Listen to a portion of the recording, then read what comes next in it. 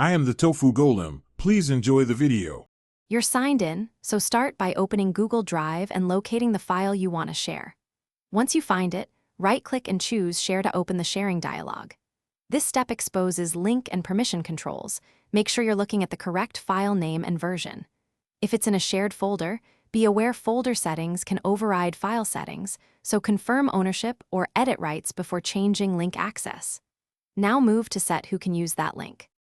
Once the sharing dialog is open, click Get Link to reveal the current access level.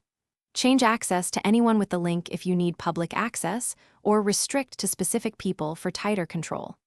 Next, set the role to viewer, commenter, or editor depending on what you want recipients to do.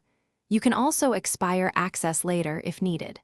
After verifying permissions and double-checking, you selected the right option. Press Copy Link so the link is ready to paste where you need it. Now paste the copied link into an email, chat, or document and send it to recipients. If someone reports access denied, reopen the share dialog and verify you set anyone with the link, or add their specific email address. Also check organizational domain restrictions. Once done, use the advanced or manage access options to audit who has the link, change roles, or revoke the link entirely when you no longer need it. This ensures control. Thanks for watching. Consider subscribing if we helped you today.